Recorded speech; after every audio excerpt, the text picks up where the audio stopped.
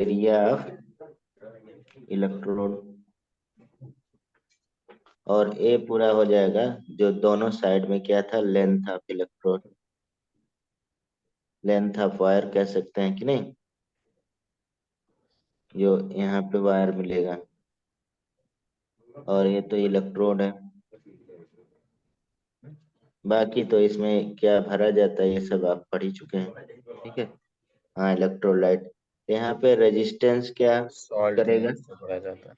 Resistance directly proportional आप पढ़े थे, जैसे real. Simple circuit, simple circuit तो सभी लोग पढ़ चुके हैं। हाँ, हम्म। रेजिस्टेंस डायरेक्ट वन अपन एक ही हाँ तो बोल यहाँ पे, सकते हैं। हाँ फर्स्ट हम लोग इस तरह से पढ़ लेते हैं कि ये थोड़ा डिफिनीशन भी पार्ट में, पहला रेजिस्टेंस, आप लोग सब लोग इसके बारे में बहुत अच्छी तरह से जानते हैं, दोनों लोग पढ़ चुके हैं, ठीक है। रेजिस्टेंस, रेजिस्टेंस अगर देखा जाए, metallic and electrolytic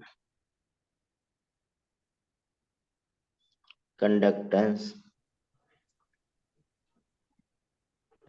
conductors, obey कौन सा लॉ को ओबे करेगा,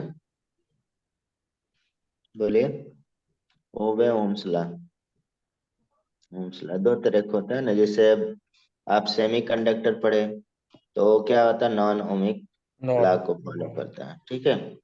ये दोनों मेटेलिक कंडक्टर और इलेक्ट्रोलिटिक कंडक्टर दोनों क्या, ओम्स लॉ को फॉलो करते हैं। अब अकॉर्डिंग टू आप पूरा ओम्स लॉ यहाँ पे उतारना है, अकॉर्डिंग टू विच, आप जानते हैं ओम्स लॉ के अकॉर्डिंग क्या होता है, the resistance of conductor equal to क्या होता है, ऑफ फिर कंडक्टर, बताइए, इज द ओम्स लॉ के according ratio of, old O EMF upon current, हाँ तो वोल्टेज अपॉन आप current. Of the applied potential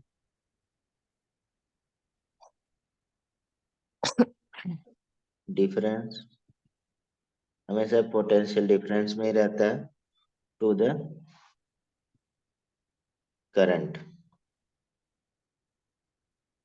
आई जो इसमें फ्लोइंग होगा। मतलब अगर ओम्स लॉ बेसिकली देखा जाए, ओम्स लॉ क्या है बता सकता है कोई? हम्म। ओम्स लॉ बेसिकली वो है कि वोल्टेज करंट के डायरेक्टली प्रोपोर्शनल होता है। हाँ, वोल्टेज करंट के डायरेक्टली प्रोपोर्शनल होता है,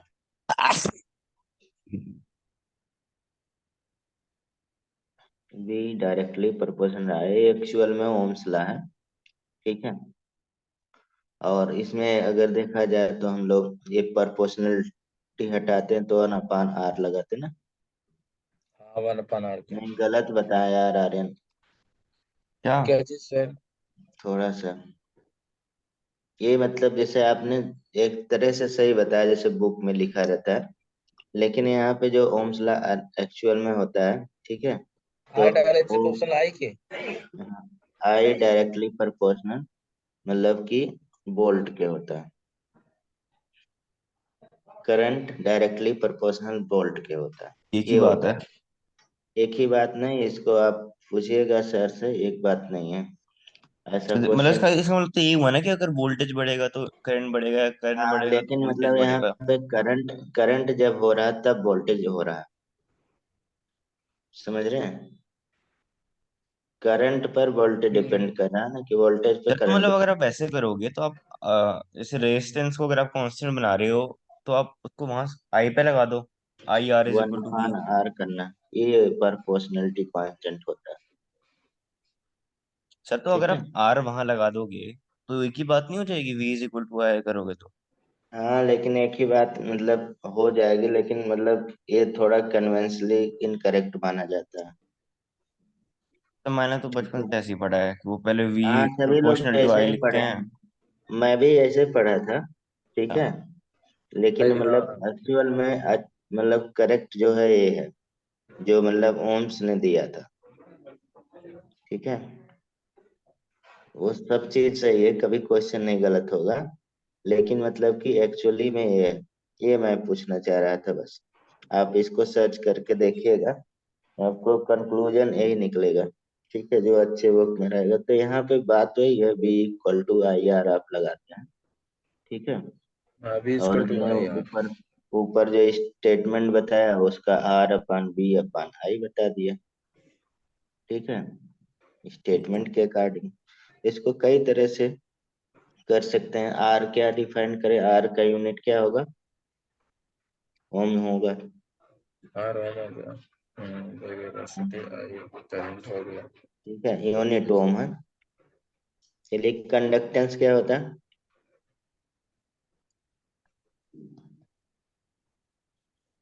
कंडक्टेंस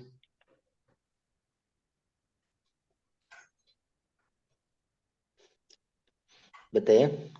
कंडक्टेंस तो क्या होता है ना, ए अपन आई होता है ना। हाँ, मतलब ये क्या होता है, एक तरह से virtue of which favour flow of current, नहीं, और वो हाँ, रेजिस्टेंस है। मतलब कह सकते हैं इट इज, करंट तो आई होगा सर, ए अपन आई होता है तो करंट तो आई होगा ना। हाँ मतलब by virtue of which it flows of current. नहीं, कंडक्टेंस मतलब यहाँ पे आप है इक्वल टू क्या हो जाएगा, यानी कि कंडक्टेंस जी हम मान रहे हैं, तो ए अपन आई होगा। अपन अपान आर हो जाएगा, उल्टा हो अच्छा, जाएगा ना। One upon R. Hmm, conduct यहाँ कंडक्टेंस कंडक्टेंस की को के भी मान सकते हैं कि जी ही मानेंगे। अरे जो भी मान लीजिए, जी मान लीजिए। अच्छा ठीक है फिर। तो यहाँ पे क्या हो जाएगा, यूनिट ओम इनवर्स हो जाएगा। हाँ, ओम इनवर्स हाँ, या तो इसको हम लोग मीटर स्क्वायर, हाँ, मीटर प्लस महो महो भी बोलते हैं। ठीक है, या हम लोग साइमन भी बोलते हैं। यस, इतनी सारी चीजें बोलते हैं। अब यहाँ पे हम एक एक डिफाइन कर रहे हैं, अभी मिला देते हैं। ठीक है, यहाँ पे तीसरा पार्ट कह सकते हैं, स्पेसिफिक रेजिस्टेंस क्या होता है, स्पेसिफिक रेजिस्टेंस, स्पेसिफिक रेजिस्टेंस का क्या नाम है, नाम मतलब? अरे इसका नाम जो आप पढ़ते हैं, रजिस्टिविटी पढ़ते हैं ना। अच्छा वो, हाँ। तो मतलब रेजिस्टेंस होता है, रेजिस्टेंस एरिया पर लेंथ। मतलब कि यहाँ पे जो कह सकते हैं कि स्पेसिफिक रेजिस्टेंस, और इसमें डिफाइन करेंगे तो यहाँ पे आर डायरेक्टली प्रोपोर्शनल लेंथ के हो जाएगा, आप पढ़े हैं, और आर इनवर्सली प्रोपोर्शनल एरिया के हो जाएगा। अब दोनों अगर हम लोग मिला देते हैं तो आर क्या हो जाएगा, डायरेक्टली प्रोपोर्शनल एल अपान ए। ठीक है, और यहाँ पे हम लोग केमिस्ट्री में एल अपान ए को सेल कांस्टेंट बोला जाता हाँ, ये लपाने कांस्टेंट हो जाएगा। है, cell cell constant constant, L हाँ अपान सेल, ए। तो यहाँ पे resistance directly proportional cell constant के सेल आगे। कांस्टेंट। तो अभी तो हम लोग इस पे फोकस कर रहे हैं, तो आर यहाँ पे इक्वल टू क्या हो जाएगा, रजिस्टिविटी, और एल अपान ये ए हो लपाने जाएगा, ये हो जाएगा। ठीक है, और यहाँ पे क्या हो जाएगा, अगर इधर करेंगे तो R equal to rho into cell constant, नहीं, क्योंकि यहाँ direct value L upon A का दिया रहता है, आपको न्यूमेरिकल भी लगवाएंगे। ठीक है, तो आगे चलते हैं। अगर हम लोग रो को निकालना है तो क्या कर सकते हैं, rho equal to R A upon L कर सकते हैं। अब रेजिस्टेंस यानी कि स्पेसिफिक रेजिस्टेंस रेजिस्टिविटी बताना है, तो स्पेसिफिक जानते हैं पर्टिकुलर पोर्शन पे होगा, पर्टिकुलर पोर्शन पे भी मीन्स इफ हम लिख नहीं रहे लैंग्वेज में, ऐसे एल इक्वल टू 1 सेंटीमीटर कर लिए। ठीक है, और ये क्या कर लिए, 1 सेंटीमीटर स्क्वायर। तो यहाँ पे क्या हो जाएगा, R rho equal to R हो जाएगा ना। हम्म। तो यानी कि यही क्या है, रजिस्टिविटी हो जाएगी, यानी कि इसी को हम लोग क्या कह सकते हैं, यानी कि B इक्वल टू, बताइए यहाँ पे B इक्वल टू क्या हो सकता है, A इंटू एल भी हो सकता है, B 1 equal to L two, centimetre हाँ यार, स्क्वायर, या ऐसा भी या कह अल्फा ने सकते भी हैं। बोल सकते हैं। Therefore resistance offered 1/1 centimetre cube electro, ये सॉरी, ये क्यूब हो जाएगा ना, एरिया का स्क्वायर होता है ना, फिर लिख दिया मैंने। Electrolytic solution is known as, क्या कहेंगे, रेजिस्टिविटी। हम्म, ठीक। तो रेजिस्टिविटी की यूनिट क्या हो जाएगी, यूनिट ऑफ रो, वो हो जाएगी बताइए जल्दी। ओम मीटर। वो हम यहाँ पे सेंटीमीटर लिए हैं तो हम सेंटीमीटर कह सकते हैं, नहीं, सेंटीमीटर। या वो मीटर भी लिख सकते हैं अगर मीटर में लिए होते 1/1। तो इसी तरह से हमें दूसरा पोर्शन क्या, स्पेसिफिक कंडक्टेंस, स्पेसिफिक कंडक्टेंस क्या हो जाएगा,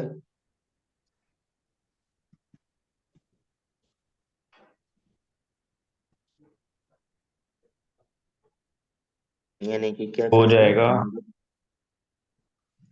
टीवीटी। तो वो इनवर्स मतलब 1/रो होता है। इसको हम लोग के से डिनोट कर रहे हैं, क्या हो जाएगा, हाँ ओम सही इनवर्स बता, मीटर इनवर्स। हाँ मतलब यूनिट हो जाएगा ना, अभी रिप्रेजेंट करेंगे यानी कि, तो क्या हो जाएगा के, हम लोग 1/रो कर सकते हैं, जैसे वहां पे कंडक्टेंस इक्वल टू 1/रेजिस्टेंस था, तो ये हो सकता है कि नहीं, यानी कि आर का वैल्यू ऐसे हम लोग निकालते हैं फिजिक्स में, ये कर लेते हैं यहाँ 1/रो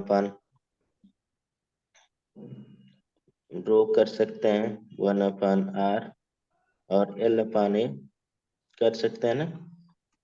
तो ये क्या बता रहा है, बता सकते हैं, यहाँ पे फार्मूला निकल गया ये, यानी कि के कंडक्टिविटी इक्वल टू जी, और आपको बुक में जी स्टार लगा है, जी स्टार क्या है, ये वाली वैल्यू, सेल कांस्टेंट को, मतलब आर इक्वल टू रो और ए जी स्टार, ठीक है, सेल कांस्टेंट, L/A क्या होता है, सेल कांस्टेंट होता है ना, यहाँ पे नहीं तो आप ऐसे रिप्रेजेंट कर लीजिए या लैंग्वेज में लिख लीजिए, इस पे क्वेश्चन आता है, यानी कि स्पेसिफिक कंडक्टेंस को क्या कहते हैं, कंडक्टिविटी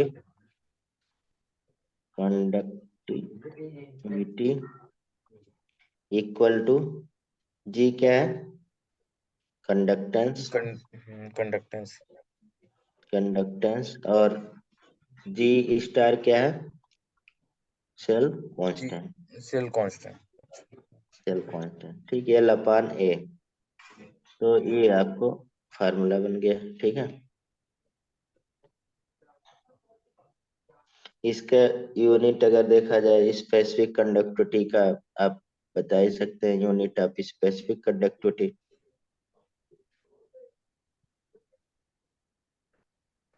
देते हैं,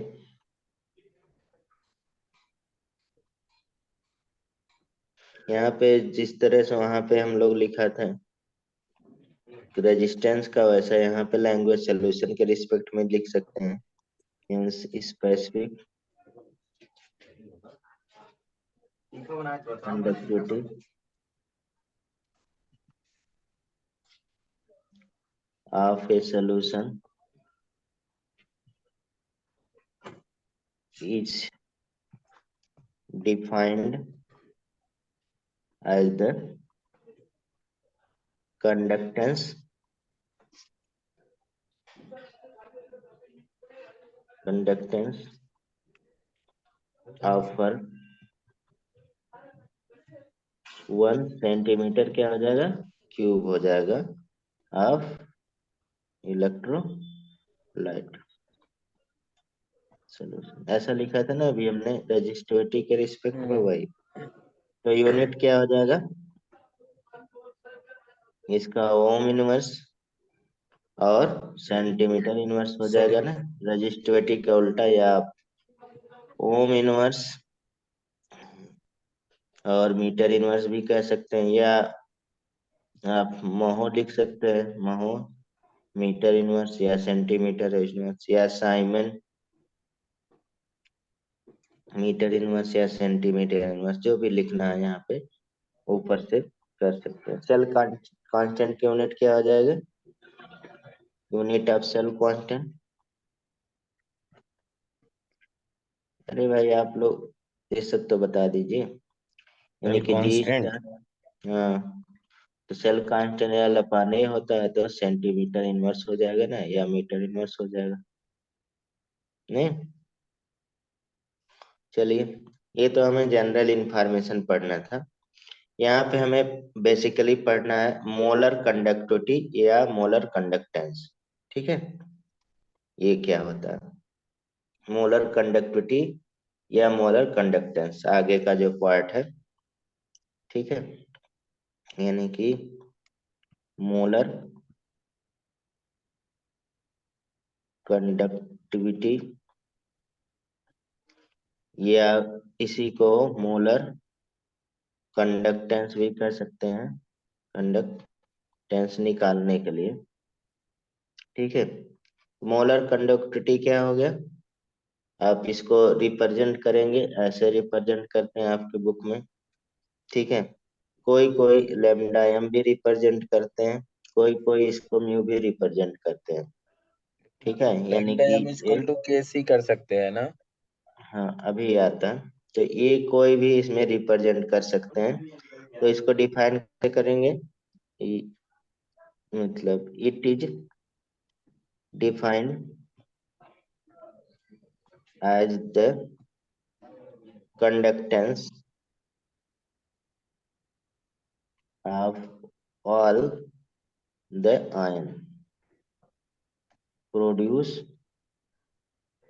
बाय, किसके द्वारा, अब देखिए यहाँ मोलर कंडक्टिविटी है तो कितने मोल में रहेगा, 1 मोल, वन, हाँ 1 मोल। 1 mole of electrolyte. 1 mole electrolyte. हाँ, कहाँ पे present in the given volume.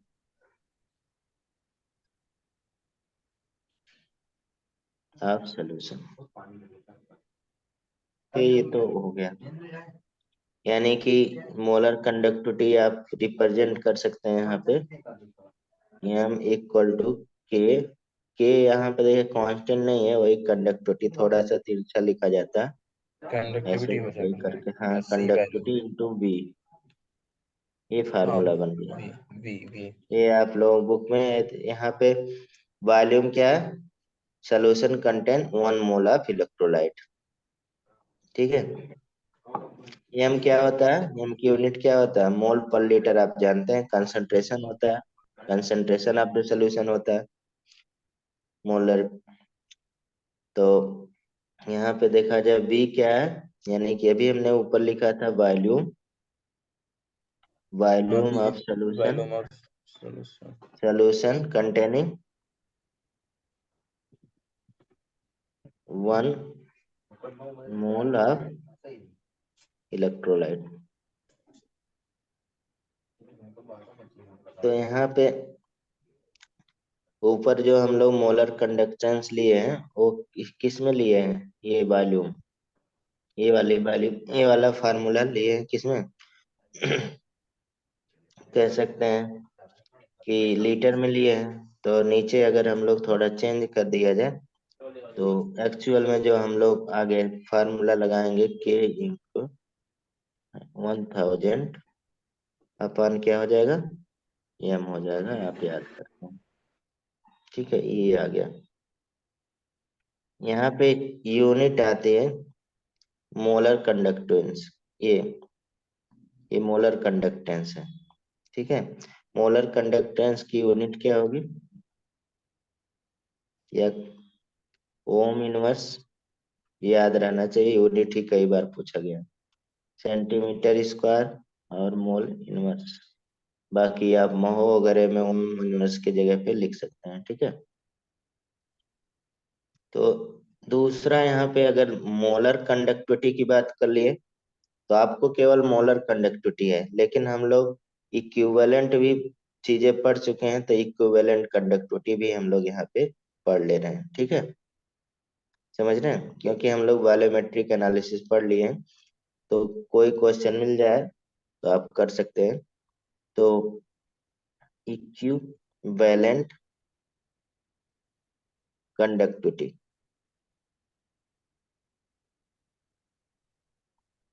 Witty, यानी कि आर कह सकते हैं इक्विवेलेंट कंडक्टेंस, ठीक है। और इसको रिप्रेजेंट कैसे करेंगे, यानी कि ऐसे लिख देते हैं एम इक्विवेलेंट, या आप ज्यादातर एम ये लेमडा ऐसे रिप्रेजेंट, जो भी रिप्रेजेंट करना है, ठीक है। तो यहाँ पे क्या हो जाएगा, ये डिफाइन कैसे करेगा, ये ग्राम इक्विवेलेंट में डिफाइन करेगा कि नहीं। जैसे 1 मोल, जहाँ हमने इलेक्ट्रोलाइट लिखा वहां पे क्या लिख सकते हैं, 1 ग्राम इक्विवेलेंट, मतलब it is defined as the conductance of all the ion, यही देखिए सेम मैंने लिखा है, ये all the ion produced by 1 mole of electrolyte, तो 1 मोल की जगह पे क्या हो जाएगा, 1 ग्राम इक्विवेलेंट हो जाएगा बस, ठीक है। Ion produced by 1 gram equivalent of electrolyte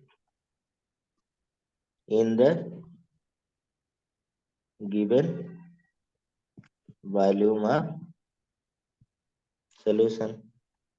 same है, बस 1 मोल के जगह पे 1 ग्राम इक्विवेलेंट आप वर्ड ऐड कर देंगे, ये वाला वर्ड, ठीक है। तो आप सारे लोग पढ़ चुके हैं, यानी कि यहाँ पे इक्विवेलेंट क्या हो जाएगा, के कंडक्टिविटी इनटू वॉल्यूम हो जाएगा, नहीं वॉल्यूम यहाँ पे कंटेन 1 ग्राम इक्विवेलेंट, तो वही तो यहाँ पे ई कंडक्टिविटी 1000 अपान क्या हो जाएगा,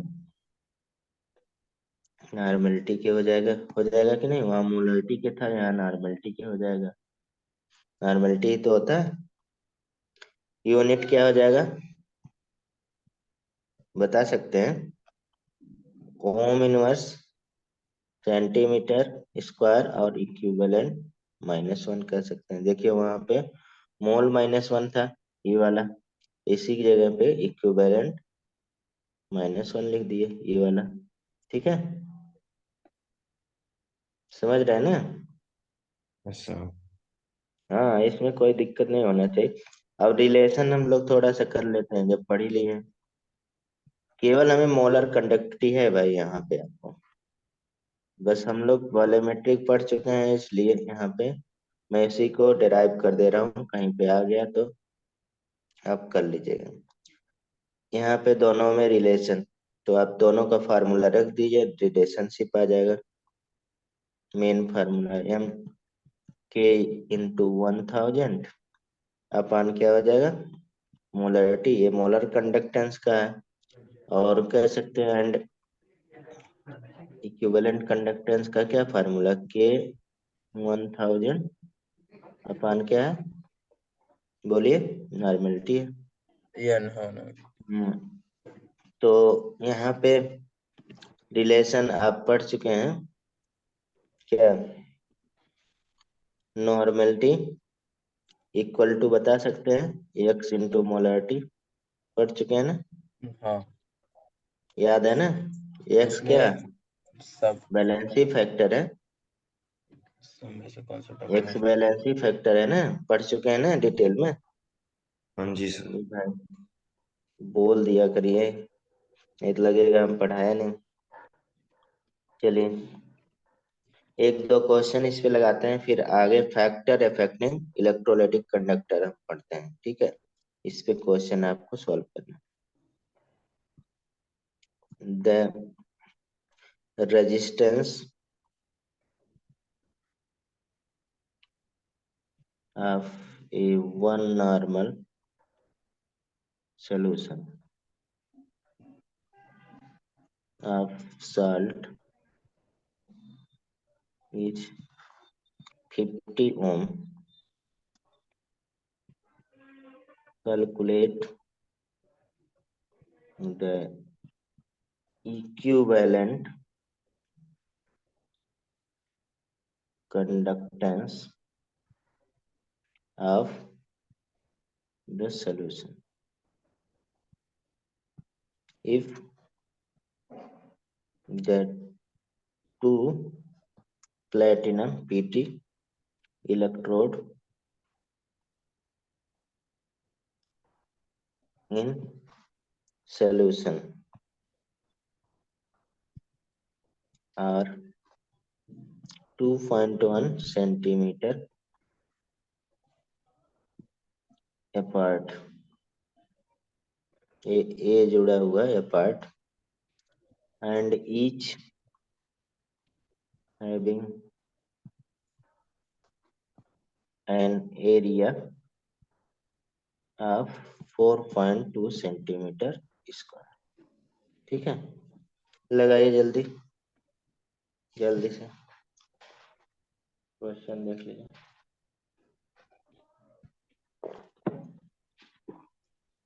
resistance of one. Formula based question है।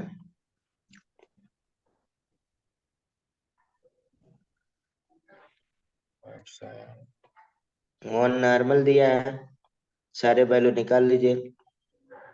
रेजिस्टेंस दिया है, देखिए क्वेश्चन में आपको नॉर्मलिटी दिया है वन नॉर्मल, ठीक है, और रेजिस्टेंस दे दिया है 50 ओम, ठीक। और equivalent conductance of the solution निकाल रहा है, क्योंकि मोलर कंडक्टेंस आपके बुक में मिल जाएगा बहुत सारा। हम ये लैम्डा दिया ना इक्विवेलेंट 2.1 सेंटीमीटर। लेमडा ये मतलब निकालना है। अब इलेक्ट्रॉन सोल्यूशन। 2.1 सेंटीमीटर लेंथ दिया है, लेंथ दिया है ना। हाँ एल 2.1 सेंटीमीटर। यल दिया है 2.1 सेंटीमीटर और एरिया भी दे दिया है 4.2 सेंटीमीटर स्क्वायर, ठीक है। फार्मूला अब लगा लीजिए।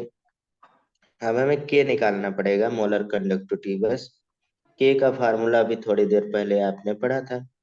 के क्या होता है, नहीं, के के रिलेशन में के इक्वल टू क्या पढ़ा, 1/r 1/r।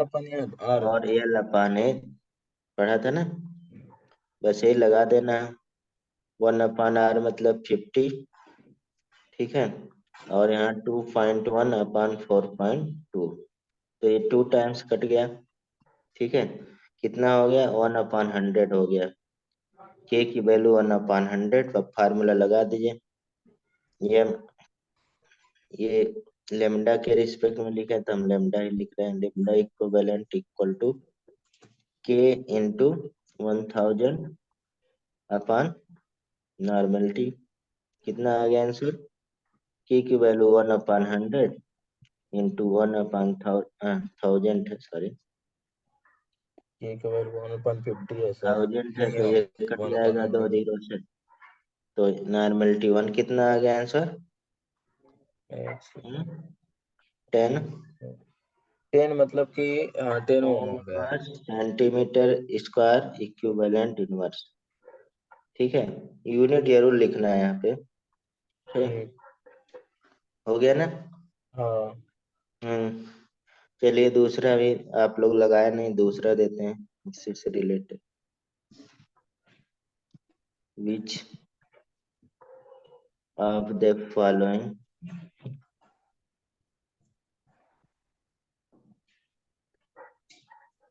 have maximum molar conductivity?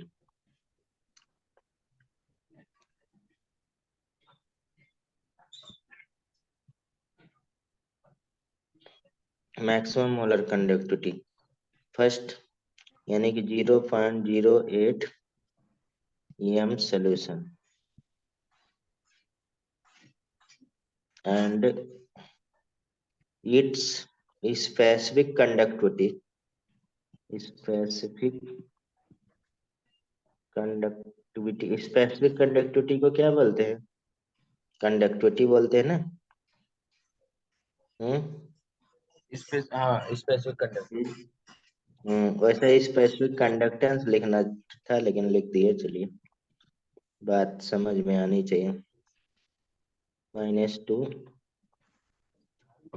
Ohm inverse और सेंटीमीटर। यहाँ पे यूनिट से आप पता लगा सकते हैं कि क्या चीज दिया है। वैसे भी one solution and its resistivity दे दिया, इट इज 50 ओम सेंटीमीटर। ठीक है, चलिए जल्दी सॉल्व करिए भाई, बहुत छोटा सा क्वेश्चन है।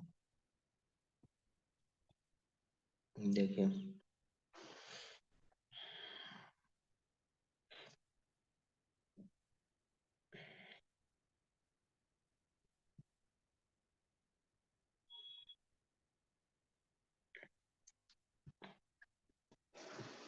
इसमें से दोनों में से कौन से मैक्सिमम वैल्यू आएगा?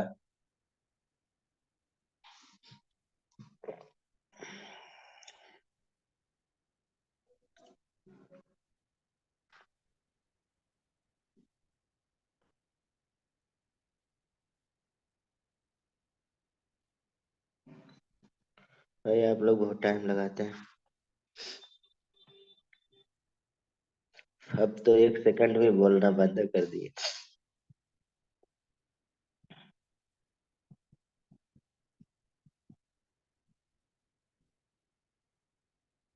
इतनी नई चीज तो नहीं पढ़ा रहे हैं।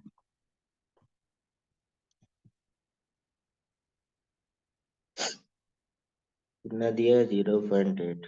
कैंसिल करना।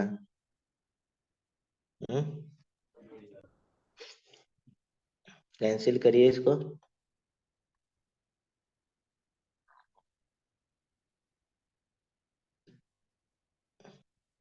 सीधा सीधा दिख रहा है। इधर कितना कर सकते हैं? 10 पे 20 -2 कर दें। 25,000 आएगा सर, मतलब 0 से 25 नहीं 250 आता तो ठीक रहता। हाँ, तो जो कट जाएगा 250 आएगा। 4 यहाँ पे आ गया 250। 250 सीधा आएगा। सीधा 250 ओम इनवर्स सेंटीमीटर स्क्वायर और मोल इनवर्स। ये आ गया। दूसरे पे निकालिए। m इक्वल टू वही सेम फार्मूला है, वैल्यू बस चेंज है। तो यहाँ पे निकाल सकते हैं क्या क्या दिया है। 0.1 रजिस्टिविटी दिया है। रजिस्टिविटी दिया है तो आप के की वैल्यू तो निकाल ही सकते हैं ना।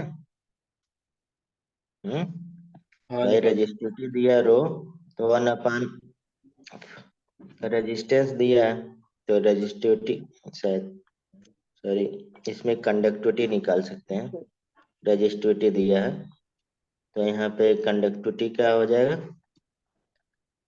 कि ये कर सकते हैं ना, के इक्वल टू 1/2 कर सकते हैं। तो रजिस्टिविटी की वैल्यू कितनी दी है? 50। तो 1/50 कर लीजिए। इसी फार्मूले में हम लिखते रहे 1/50 इंटू 1000 अपॉन मोलरिटी कितना दिया है? 0.1। 0.1, तो इधर पॉइंट हटाने के लिए यहाँ पे 10 पे माइनस ऊपर बढ़ जाएगा, तो ये तो कट ही गया। आप जान रहे हैं ऊपर एक हो गया तो कितना आ गया, 200 के आ जाएगा, 5 दूनी 10। ठीक है, एक कट जाएगा तो ये 200 के आ जाएगा। इसमें कितना आ गया, 200। 200, हाँ। हाँ, 200। ओम इनवर्स सेंटीमीटर स्क्वायर और मोल इनवर्स। ठीक है, ये आ गया। चलिए, आर्यन कहीं चले गए क्या? है तो सर, बोल नहीं रहे। वो म्यूट ही है। चलिए, इसमें एक क्वेश्चन आप लोगों के लिए लिख दे रहे हैं, आप लोग कर लीजिएगा। ठीक है। ठीक है सर। जो हम लोग पढ़े NCERT base the conductance of A salt solution, कोई भी सॉल्ट सॉल्यूशन है,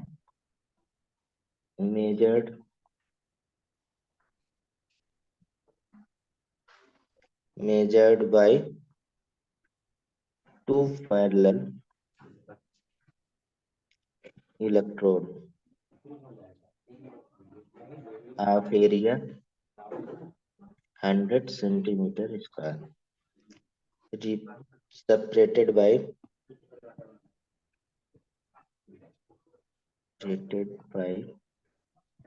10 centimeter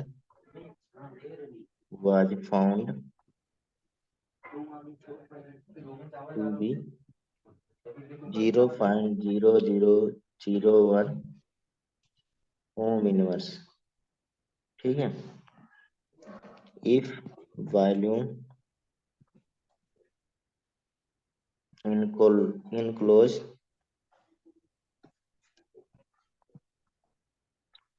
between two electrode contain 0.5 mole of salt,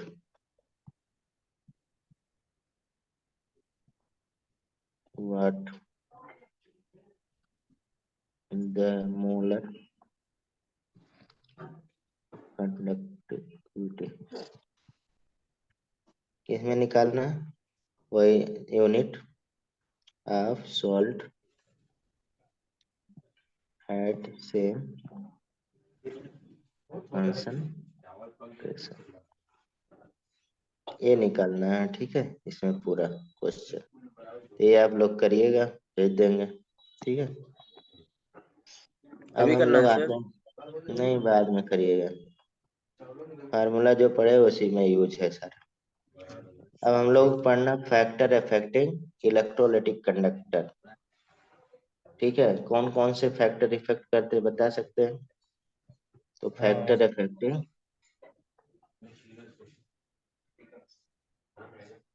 factor affecting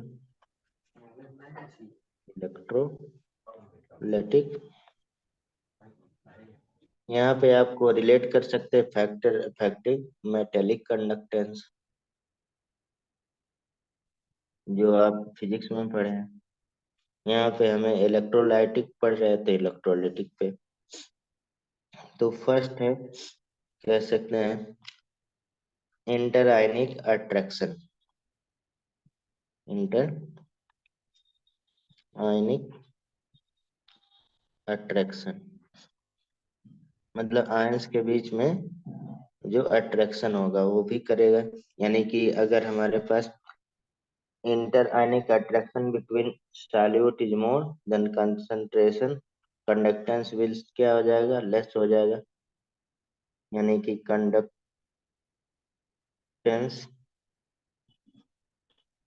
inversely proportional क्या हो जाएगा, इंटर आयनिक अट्रैक्शन नहीं,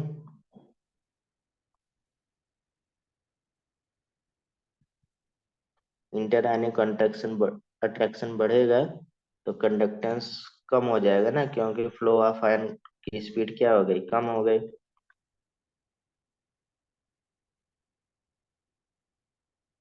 अब दूसरा यहाँ पे पोलैरिटी, पोलैरिटी ऑफ सॉल्वेंट बता सकते हैं। ये डाइलेक्ट्रिक कांस्टेंट के रिस्पेक्ट में मेजर किया जाता है। तो अगर इसमें देखा जाए, if solvent has high dielectric constant,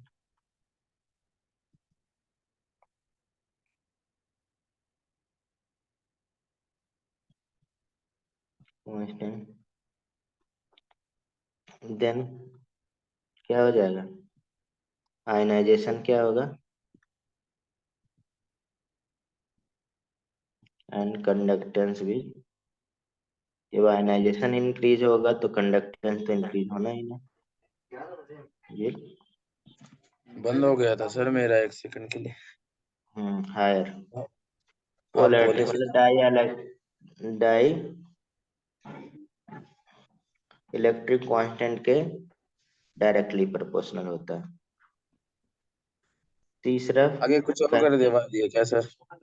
है, और आगे करवा दिए क्या? मेरा बंद हो गया था। नहीं बंद, ये है फैक्टर अफेक्टिंग इलेक्ट्रोलिटिक कंडक्टेंस। ठीक है, इंटर आयनिक हो गया, याद मतलब ध्यान रखने वाले। विस्कोसिटी पे कैसा होगा, viscosity of medium, inversely proportional. हाँ ऑफ मीडियम, ऐसे आता है। अभी ये सब हमें इसलिए लिखना पड़ रहा है भाई, थियोरेटिकल कॉन्सेप्ट पूछने लगे हैं जैसे स्टेटमेंट में। अब यहाँ पे कह सकते हैं कंडक्टेंस इनवर्सली प्रोपोर्शनल क्या हो जाएगा, विस्कोसिटी का नहीं।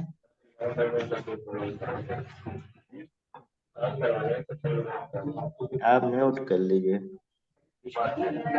नोट कर लो। तो मैं हम्म, नहीं वो आवाज आ रहा था ना। अच्छा। ठीक, फोर्थ हो गया, यहाँ पे टेम्परेचर आप पढ़ सकते हैं।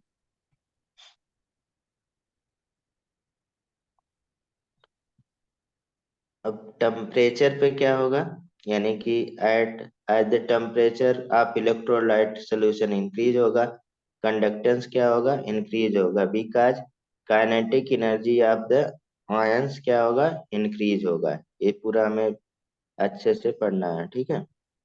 यानी कि टेम्परेचर डायरेक्टली प्रोपोर्शनल किसके होगा, conductance,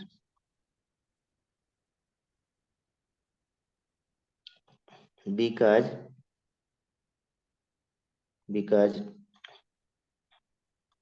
temperature directly proportional kinetic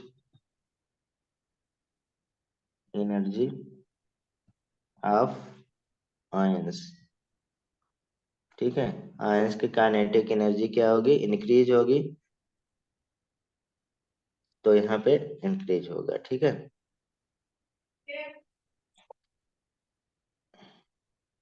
पांचवा इसमें hydrated size,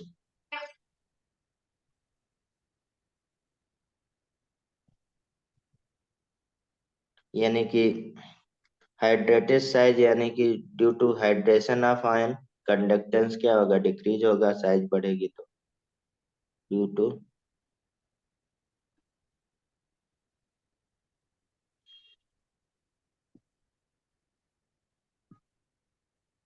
of ion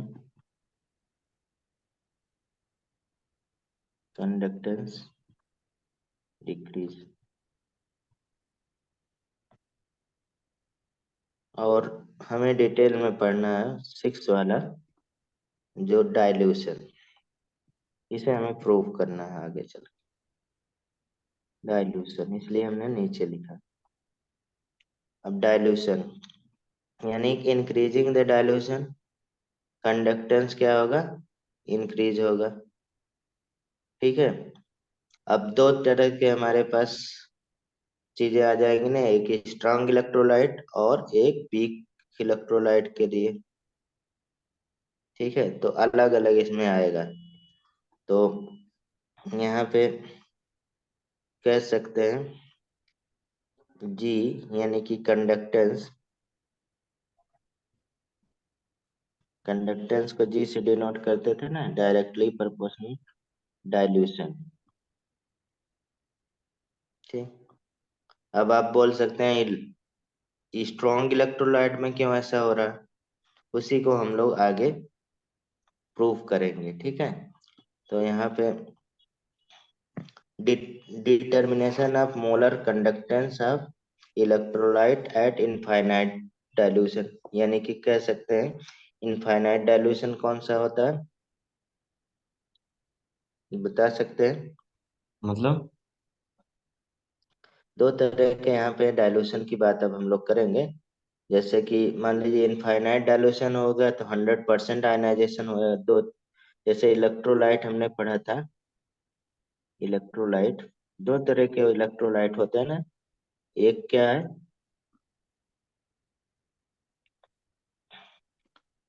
strong electrolyte, एक वीक, वीक भी होगा। हाँ एक वीक इलेक्ट्रोलाइट। अब यहाँ पे दो क्वेश्चन आ रहा है। स्ट्रांग इलेक्ट्रोलाइट में क्या होगा, 100% आयनाइजेशन होता है, एक्वस मॉइस्चर जैसे पाएगा तो क्या होगा, 100% आयनाइजेशन होता है, उसे स्ट्रांग इलेक्ट्रोलाइट कहते हैं। मतलब कि उसमें आयंस में तुरंत ही ब्रेक हो जाता है। और इसमें क्या होगा कि कह सकते हैं पार्शियल आयनाइजेशन, यही डिफिनीशन था ना, समझ रहे हैं? तो यहाँ पे यानी कि अल्फा की वैल्यू 1 थी, यहाँ पे अल्फा की वैल्यू क्या हो जाए, <<1 हो जाए। तो अब जब हम लोग यहाँ पे कंडक्टिविटी यानी कि बढ़ाएंगे, तो हम पहले आंसर ही लिख दे रहे हैं। अब यहाँ पे देखिए, क्योंकि डायलूशन मॉइस्चर जब पाएगा स्ट्रॉन्ग इलेक्ट्रोलाइट, समझ रहे हैं, एक थोड़ा सा ठंडे दिमाग से भी सोचिए कि जब हम डायलूशन यहाँ पे बढ़, जैसे यहाँ पे मैंने लिखा कंडक्टेंस डायरेक्टली प्रोपोर्शनल डायलूशन के, समझ रहे हैं? तो डायलूशन जब हम बढ़ा रहे हैं तो कंडक्टेंस क्यों बढ़ रहा है? अब स्ट्रांग इलेक्ट्रोलाइट में क्यों बढ़ रहा है, स्ट्रांग इलेक्ट्रोलाइट में डायलूशन का तो रोल नहीं होना चाहिए ना, हम्म क्योंकि वो तो 100% आयनाइज तुरंत हो जाएगा। लेकिन जो हम लोग वीक इलेक्ट्रोलाइट की बात करेंगे, ठीक है, तो उसमें हमारे पास क्या होगा कि डायलूशन बढ़ाने पे आयनाइजेशन बढ़ेगा, यानी कि नंबर ऑफ आयन बढ़ रहा है, इसलिए क्या हो रहा, कंडक्टिविटी बढ़ रहा। तो यहाँ पे देखिए कंडक्टेंस यानी कि जी डायरेक्टली प्रोपोर्शनल डाइल्यूशन के हो रहा है, पहले हम आंसर लिख दे रहे हैं, और ये याद रखना है, तब भी हमारे पास कंडक्टेंस इंक्रीज हो रहा है इस वाले केस में, स्ट्रॉन्ग में। क्यों? तो यहाँ पे due to flow of flow of ions क्या होगा, इंक्रीज हो जाएगा। मतलब कि जब विस्कोसिटी अभी हमने पढ़ा कम होगा, ठीक है, तो सर कंडक्टेंस क्या होगा, इंक्रीज होगा। इंक्रीज होगा। होगा कि नहीं? हम्म। फ्लो ऑफ आयंस की स्पीड यानी कि इंक्रीज होगा। इंक्रीज। ठीक है, और यहाँ पे देखिए जी directly proportional B, weak electro अभी हम प्रूव कर रहे हैं, आपको ये प्रूव करा चुके हैं। ठीक है, वीक वाला, स्ट्रॉन्ग वाला कराना हमें। ठीक है, कहाँ पे करा चुके हैं अभी बता रहे हैं, आप सोच के बता सकते हैं। डायरेक्टली प्रोपोर्शनल, डायरेक्टली प्रोपोर्शनल क्या होगा, डायलूशन। अब यहाँ पे क्या हो रहा है, ड्यू टू, बता सकते हैं? ड्यू टू यहाँ पे आयनाइजेशन इंक्रीज हो रहा है, ड्यू टू आयनाइजेशन, यानी कि आयनाइजेशन आयनाइजेशन इंक्रीज, क्योंकि अभी 100% आयनाइजेशन हुआ नहीं, और पहले आयनाइजेशन वाले में फ्लो इंक्रीज। कैसे इंक्रीज होगा? क्या? फ्लो कैसे इंक्रीज होगा उसमें 100% डायल्यूशन में? अरे भाई, आपको एक दलदल में दौड़ा रहे हैं, एक हम्म। पानी में दौड़ा रहे हैं, किसमें तेजी से दौड़ेंगे? ठीक है। पानी में मतलब दौड़ेंगे दलदल में कंसंट्रेशन तो कम हो रहा है ना। पानी में कैसे देखिए, दौड़ अरे मतलब तब भी दलदल से तो ज्यादा दौड़ ही लेंगे। हाँ पानी में दौड़ लेंगे, दलदल में तो नीचे ही थोड़ा चले बहुत। जाएंगे। अगर समुद्र है तो नहीं दौड़ पाऊंगा। अरे अब अब वो तो वो बहुत अलग हाई एकदम। हो गया उसमें तो डूब ही जाएंगे, दौड़ेंगे क्यों? अब इसी को देखिए फिर तो हम तैर के प्रूफ जाना करने। होगा। हाँ, अब इसी को हमें थोड़ा सा बता रहे हैं कहाँ पे मैंने प्रूफ किया है।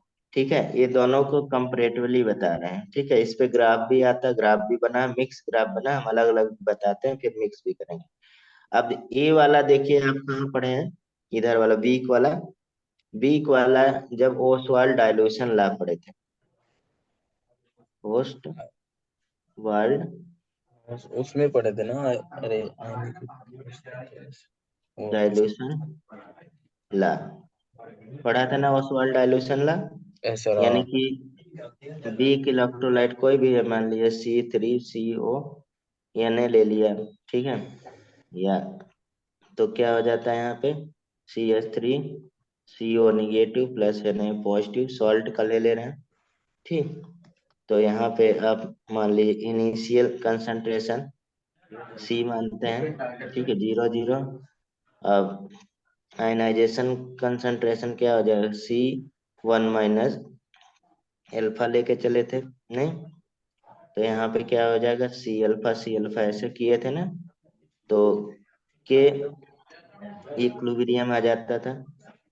के इक्विलिब्रियम आता था ना, तो प्रोडक्ट का कंसंट्रेशन अपन रिएक्टेंट का कंसंट्रेशन करते थे ना। Product and C reaction. Alpha square upon 1 - alpha किए थे। One minus alpha. ठीक है, और 1 - अल्फा लगभग इक्वल के क्या, जब कितने हो जाए 1 के, तो के इक्वल टू आप C अल्फा स्क्वायर। ठीक, ये किए थे ना। यानी कि alpha yes. Alpha equal to क्या हो जाएगा? के ए अपान के सी हो अपॉन जाएगा। सी स्क्वायर। नहीं, अंडर के रूट में तो अपान सी। और अगर के कांस्टेंट है तो अल्फा डायरेक्टली प्रोपोर्शनल 1 क्या वन हो बाय सी जाएगा? के। √C के। ठीक है, या कह सकते हैं अल्फा डायरेक्टली प्रोपोर्शनल √B के भी कह सकते हैं। यही ऑसवाल्ड डायल्यूशन ला था, क्योंकि कंसंट्रेशन वॉल्यूम के इनवर्सली प्रोपोर्शनल हो जाएगा। तो ये ओसवाल्ड डायल्यूशन यही हम पढ़ रहे हैं यहाँ पे। क्योंकि कंडक्टेंस इंक्रीज होगा, आयनाइजेशन क्या होगा? इंक्रीज होगा। यानी कि यहाँ पे जी डायरेक्टली प्रोपोर्शनल किसके हो गया? बताइए। जी डायरेक्टली प्रोपोर्शनल अल्फा के हो गया, और अल्फा डायरेक्टली प्रोपोर्शनल किसके हो गया? √B के हो गया। रूट इतना हो हाँ रहा रूट है, में। यानी कि डायल्यूशन बढ़ा रहे हैं, तो अल्फा की वैल्यू क्या हो गई? इंक्रीज हो रही। इसकी वैल्यू इंक्रीज हो रही, तो इसकी वैल्यू इंक्रीज हो रही, इसकी वैल्यू इंक्रीज हो रही। सिंपल सा यहाँ पे एक्सप्लेनेशन हो गया। ठीक, अब ग्राफ जो हम यहाँ पे हमारे बुक में ग्राफ है, तो आप यहाँ से उतारें। ये ग्राफ है, आप इसके बीच में ग्राफ खींच के दिखाइए। एक तो हम लोग मिक्स ग्राफ बना दे रहे हैं अल्फा। अब ये अल्फा यहाँ पे नहीं लिखेंगे, क्योंकि हम मोलर कंडक्टिविटी के रूप में पढ़ रहे हैं, तो यहाँ पे बोलेगा मोलर कंडक्टिविटी, और √V के बीच में ग्राफ खींचिए, क्या आएगा? और दूसरा जो आपके बुक में ग्राफ दिया है, ठीक है, हमें वीक के लिए इधर पढ़ रहे हैं मोलर कंडक्टिविटी। ठीक है, और 1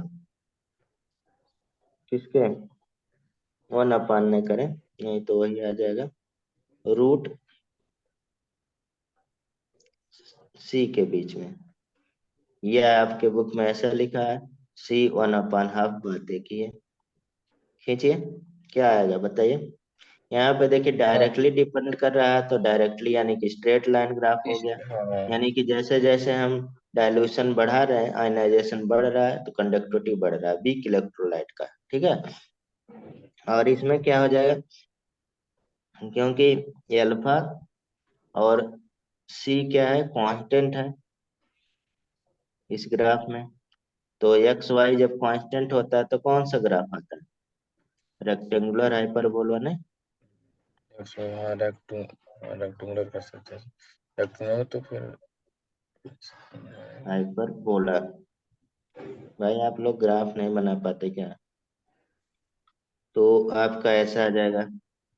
ग्राफ में थोड़ा सा दिक्कत हो जाती है सर। अबे भाई कब तक दिक्कत रहेगा?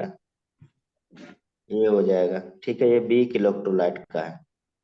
तो ये वीक इलेक्ट्रोलाइट का आप पढ़ चुके हैं, ये हमने एक्सप्लेन कर दिया आपको, ठीक है, प्रूफ करके। समझ रहे हैं? अभी इसका और यूज करेंगे हम लोग, लेकिन अब हम लोग स्ट्रॉन्ग का बता दें साथ में। अभी स्ट्रॉन्ग का यहाँ पे जो ग्राफ है वो इनफाइनाइट डाइल्यूशन में ही सारा बात होता है, या मतलब कि 100% आयनाइजेशन। तो यहाँ पे एक इक्वेशन है, नेम तो इम्पोर्टेंट नहीं है, केवल इक्वेशन आपकी बुक में दिया है, नेम भी हम लिख दे रहे हैं। मतलब कि डिवाइड और हॉकेल और ऑन वंसेगर इक्वेशन होता था। इन्होंने मतलब एक इक्वेशन बनाया स्ट्रॉन्ग इलेक्ट्रोलाइट को मतलब कि डिफाइन करने के लिए। यहाँ मोलर कंडक्टिविटी और एम इनफाइनाइट, ये इनफाइनाइट अभी हम बता रहे हैं क्या होता है नीचे। अभी हमें इसमें डिटेल में पढ़ना ए बी सी, ठीक।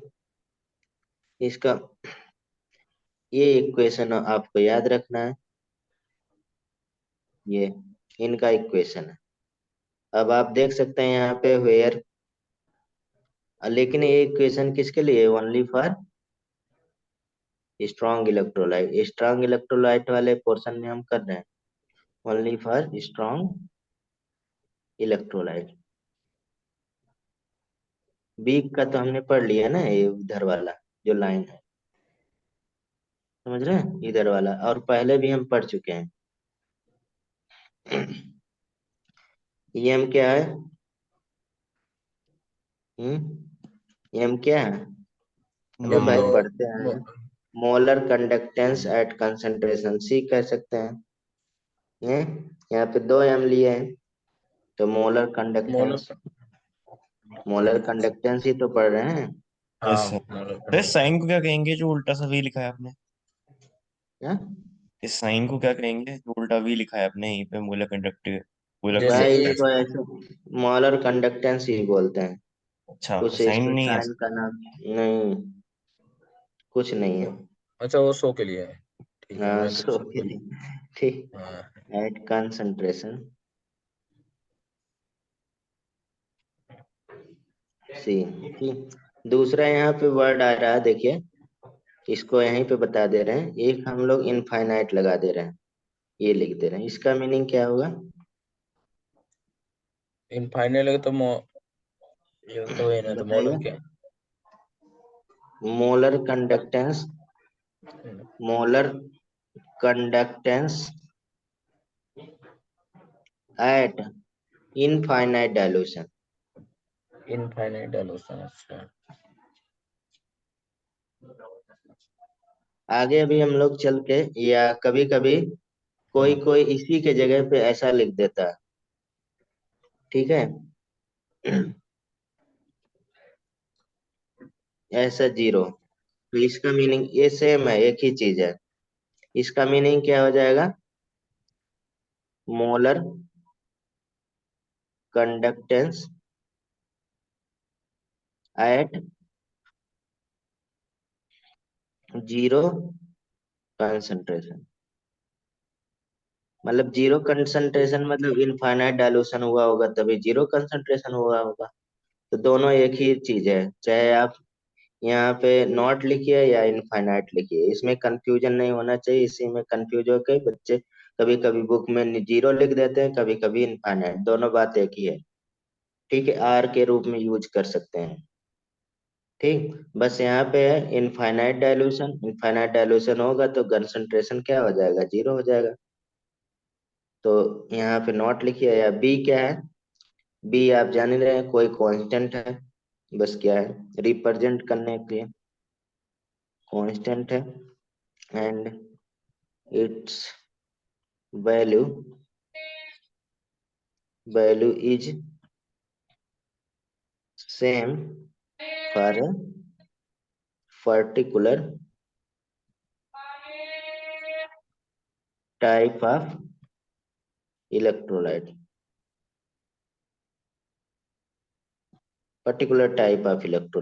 ठीक है। तो ये हम लोग ग्राफ किसके लिए बना रहे हैं, स्ट्रॉन्ग इलेक्ट्रोलाइट के। ग्राफ के सामने ग्राफ आ गया। तो हमने अभी इक्वेशन पढ़ा, कौन सा बता सकते हैं, m equal to m nought minus b root c, रूप से, हाँ। यही पढ़ा ना। देखिए m नॉट लिखिए या इनफाइनाइट लिखिए, दोनों बात एक है, मैंने जानबूझ के लिखा है। तो यहाँ पे देखिए y equal to c minus M X हो गया ना, यानी कि स्ट्रेट लाइन का क्या हो गया, इक्वेशन हो गया। नहीं एम क्या, ये कंडक्टिविटी वाई एक्सिस हो गया, ये क्या हो गया, इंटरसेप्ट हो गया, बी क्या हो गया, स्लोप हो गया, ये क्या हो गया, एक्स एक्सिस। तो ग्राफ कैसा होगा Aryan? y equal to M X minus C भी कर सकते हैं ना सर? हाँ कर सकते हैं, लेकिन मतलब कोरिलेट करने के लिए। तो यहाँ मोलर कंडक्टिविटी में ग्राफ देगा जो एट ए कंसंट्रेशन सी पे है, और किस में, मतलब रूट सी में, या कह रूट से। सकते हैं, हाँ मतलब कि उधर लिखा है मैंने, वो 1/2 कर सकते हैं उसके ऊपर। तो क्या आएगा ग्राफ, बता सकते हैं कोई? देखिए ग्राफ इंटरसेप्ट तो पॉजिटिव है, स्लोप निगेटिव है, तो थीटा क्या होना चाहिए, ग्रेटर देन 90 होना चाहिए, ऐसा ग्राफ आएगा। सीधे। यही आएगा ना निगेटिव स्लोप के साथ। तो ये स्लोप हमारे पास कितना आ गया, स्लोप कितना आ गया भाई, माइनस बी, माइनस ना। Minus B. ये माइनस बी की अगर वैल्यू पता है तो हम यहाँ स्लोप निकाल सकते हैं, ठीक है, माइनस। चलिए ये स्ट्रॉन्ग इलेक्ट्रोल है, आपके बुक में यही ग्राफ दोनों मर्ज करके दिया है, ठीक है, उसी को हमने यहाँ एक्सप्लेन कर दिया। अब यहाँ पे क्वेश्चन कैसे आएगा, एक तो स्ट्रॉन्ग इलेक्ट्रोलाइट में डाइल्यूशन के अकॉर्डिंग कंडक्टिविटी इंक्रीज होता है वाई, बताइए। स्ट्रॉन्ग इलेक्ट्रोलाइट में हम्म। डाइल्यूशन अगर हम बढ़ाते हैं तो कंडक्टिविटी बढ़ रहा है, क्यों? फ्लो की वजह से, फ्लो ऑफ आयन। हाँ स्पीड ऑफ आयन या फ्लो ऑफ आयन बढ़ जा रहा है, ठीक है। और वीक इलेक्ट्रोलाइट में कंडक्टिविटी आयंस इंक्रीज की होता है, कंसंट्रेशन की वजह से। कंसंट्रेशन, हाँ मतलब कह सकते हैं नंबर ऑफ आयन इंक्रीज हो रहा है, हाँ वही, कंसंट्रेशन ना बढ़ रहा है लगाइए। ना। हाँ ठीक है, ये यूनिट दिया है कुछ नहीं। अब इसमें देखिए आपके बुक में ऐसे ग्राफ दोनों मर्ज कर दिया है, ठीक है, इसी को हमें ऐसे बना देना है, ठीक है। एक इसका हो गया for weak electrolyte, weak electrolyte के लिए रेक्टेंगुलर हाइपरबोला, सभी इलेक्ट्रोलाइट जैसे हमने यहाँ पे लिया था CH3COH भी ले सकते हैं, ठीक। और इधर ग्राफ ऐसे बना देते हैं, कहीं से भी ऐसे कट कर देते हैं, तो ये किसके लिए होगा, दूसरे ऐसे, तो ये किसके लिए होगा, for strong electrolyte. Strong electrolyte जैसे KCl NaCl, नहीं, ठीक है, के लिए, ठीक, क्लियर हो गया ना। हाँ। और कुछ दिक्कत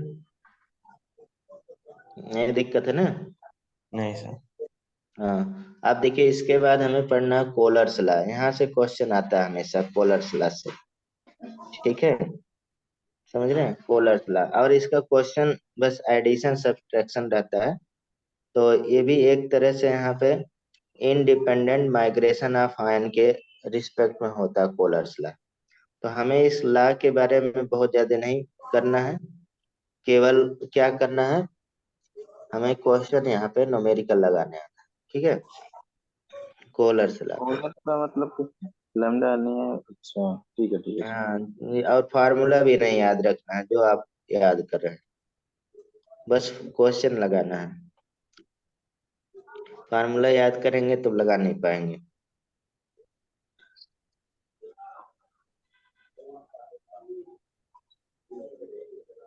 कोलर्स law of independent migration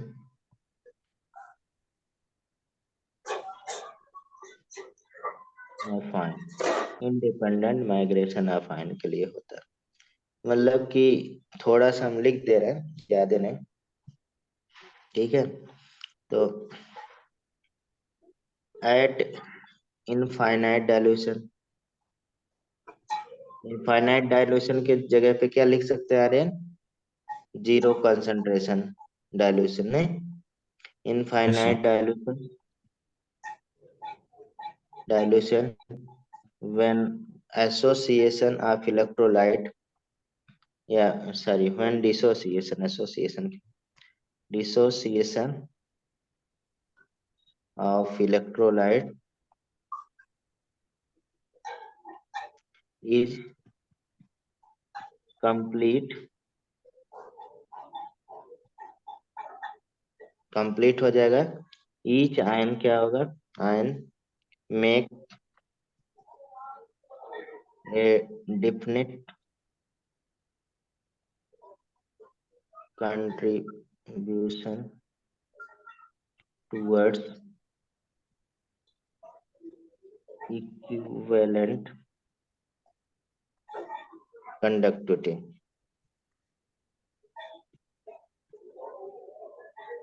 of any electrolyte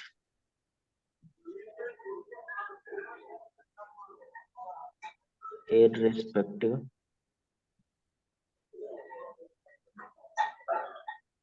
of the nature of other ion associated with it। देखिए इसका कोई मतलब नहीं, यहाँ पे आएगा न्यूमेरिकल आता है बस, ठीक। तो हम यहाँ पे इनफाइनाइट डालो इक्विवेलेंट के लिए भी बना दे रहे हैं और मोलर कंडक्टिविटी के लिए फार्मूला जैसे इन्होंने बोला, फार्मूले का यूज नहीं करना है, ये भी हम बता दे रहे हैं, बस बता रहे हैं। कभी फार्मूला बनाने के लिए बोल दिया तो उसके लिए इनफाइनाइट ऐसे लगा देंगे, ठीक है। ये लेमडा सी, मतलब कैटायन की बात कर रहे हैं, सी फॉर कैटायन है, ठीक है। और लेमडा ए फॉर इनफाइनाइट पे क्या है? एनायन है, ठीक है। कैटायन एनायन लिखने की जरूरत है? नहीं सर। मैं एक लिख दे रहा हूँ, ठीक है। लेमडा सी इनफाइनाइट क्या है? Equivalent conductance of cation eight infinite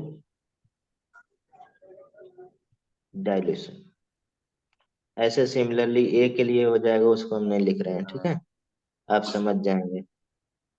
जैसे फॉर एग्जाम्पल इसमें आता है कोई एग्जाम्पल, कोई इसको रिप्रेजेंट करने के लिए, मान लीजिए हमारे पास ये हमने दे दिया, ए एक्स दे दिया, बी वाई दे दिया, ठीक है। तो यहाँ पे जब ब्रेक होगा तो कैसे लिखेंगे इसको? आप जानते हैं एक्स ए और उसका रिवर्स होता है ना, वाई प्लस हो जाएगा, होता है वाई। कि नहीं? ऐसे फार्मूला जो आप ब्रेक करते हैं आयंस के रूप में, ऐसे तो होता है। और इसमें इसमें क्या हो जाएगा? वाई और बी पे क्या हो वाई जाएगा? एक्स प्लस हो जाएगा, एक्स। एक्स माइनस हो जाएगा, इसमें एक्स माइनस होगा। ऐसे तो फार्मूला ब्रेक होता है, नहीं?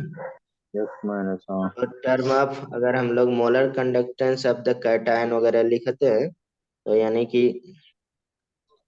इसमें फार्मूला कैसे बन जाएगा? ऊपर वाला एम इक्विवेलेंट इनफाइनाइट लेके चला था, तो 1/y जो स्टेशियोमेट्री रहेगा डायरेक्ट करेंगे लेमडा ये मोलर कंडक्टेंस कैटायन इनफाइनाइट, ठीक है, 1/x लेमडा मोलर कंडक्टेंस क्या हो जाएगा, एनायन का इनफाइनाइट।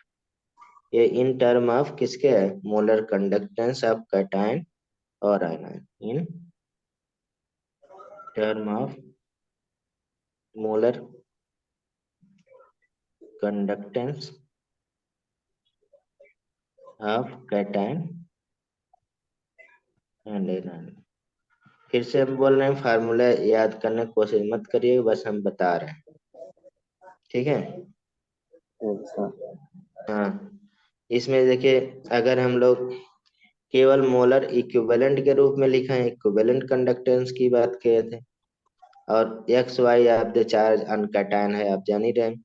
अगर ये एम के रूप में लिखा जाए केवल इनफाइनाइट, तो क्या हो जाएगा, X lambda M infinite C का हो जाएगा, और plus Y lambda M infinite A का हो जाएगा। ये भी दोनों रिप्रेजेंटेशन यहाँ पे मैंने कर लिया।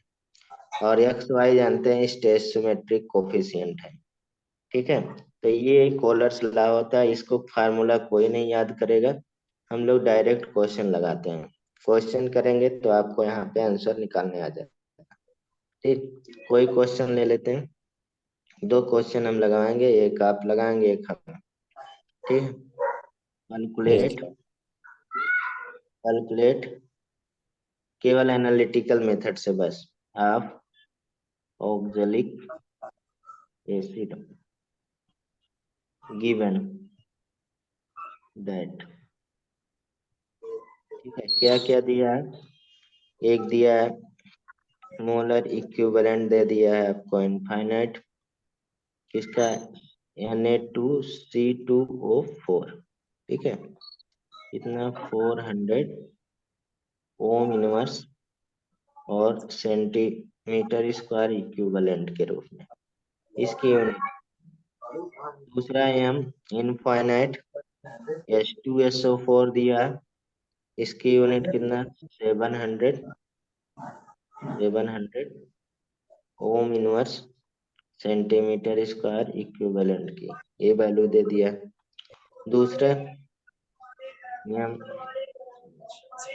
इक्विवेलेंट दे दिया है इनफाइनाइट, ठीक है, और Na2SO4 और यहाँ पे 450 ohm inverse centimetre square equivalent inverse, ठीक। बताइए, कैलकुलेट कर सकते हैं इसको। देखिए अब हमें क्या पूछ रहा है, ऑक्जेलिक एसिड का पूछ रहा है, ठीक है। तो देखिए सोल्यूशन करते वक्त यहाँ पे ध्यान रखना है क्या पूछ रहा है।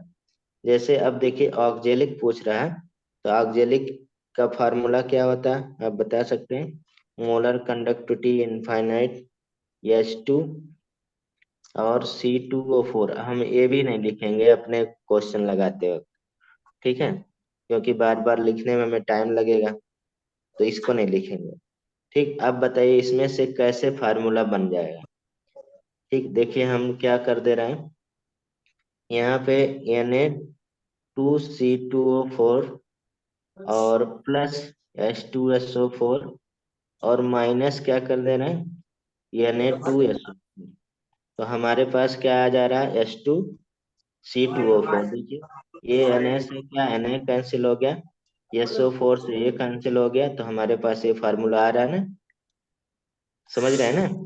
तो बस हम क्या कर देंगे, अब Na2C2O4 का वैल्यू यहाँ पे रख दें, Na2C4 का वैल्यू कितना है 400, ठीक है, H2SO4 का वैल्यू कितना है 700, और माइनस क्या कर दे 450, आंसर आ जाएगा।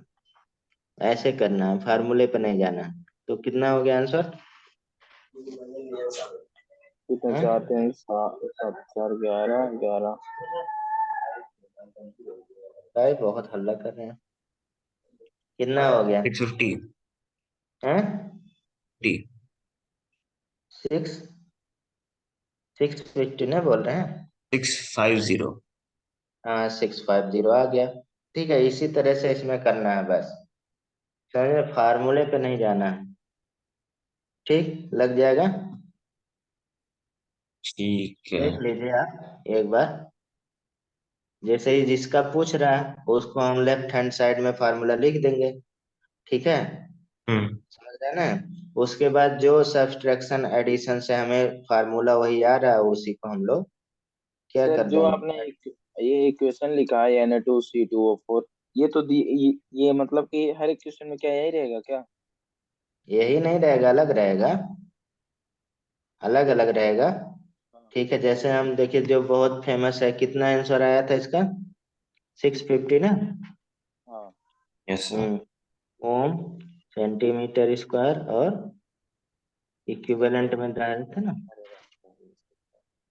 ठीक, इसी में आएगा ना आपका। नहीं, मोलर में हम लोग निकाल रहे हैं ना, तो मोलर कर देंगे। शाम को मोलर, मिलना। हाँ, मोलर में निकाले। हाँ? यूनिट भी ध्यान रखिएगा। जैसे हम दूसरा क्वेश्चन दे रहे हैं, और ये सबसे ज्यादा पूछा जाने वाला क्वेश्चन है, एनसीईआरटी के इंटेक्स से। तो जैसे यहाँ पे दे दिया आपको एम नॉट। अब देखिए यहाँ नॉट लिख दिया, नॉट और इनफाइनाइट में कोई कंफ्यूजन नहीं होना चाहिए आपको, एक ही चीज है। NaCl, HCl, ठीक है, ऐसे दिया है। और NaAC दिया, NaAC मतलब सोडियम एसीटेट, नहीं, AC हम्म। मतलब एसीटेट होता है ना। R 126.4, ठीक है, और 425.9 ऐसे देता है, छोट मतलब पॉइंट में value. And 91.0 Simon centimetre square mole inverse, ठीक है, रिस्पेक्टिवली। मतलब सबकी वैल्यू दिया है। अब calculate molar conductance of infinite, या जीरो लिख सकते हैं, दोनों बात एक ही ना। हाँ। ठीक है, इनफाइनाइट में ही या जीरो कंसंट्रेशन में ही रहेगा। एच ए सी मतलब सोडियम एसीटेट पूछ रहा है। अब लगा दीजिए आंसर।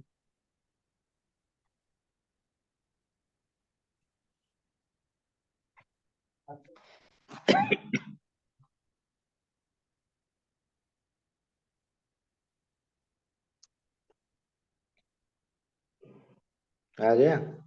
एक सेकेंड। सर थोड़ा सा नीचे दिखा दो।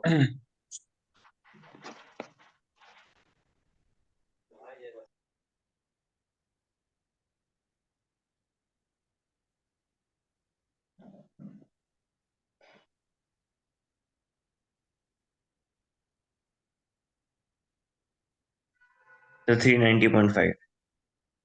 हम्म, 3 0.5। 9 390 हाँ। 0.5, ठीक है। आपका अभी कर नहीं पाया था। अबे भाई, यहाँ पे HAC निकालना है। HAC इक्वल टू हमारे पास तीन चार वैल्यू दिए है, तो NaC तो रहेगा ये, इसमें से प्लस कर दिए HCl कर दिए, और माइनस क्या कर दिए NaCl। आपको मन करे इसमें आयंस में भी ब्रेक करके काट सकते हैं, लेकिन एक्स्ट्रा टाइम क्यों कंज्यूम करेंगे, जब आपका Na से Na कैंसिल हो गया और Cl से Cl कैंसिल हो गया, बस।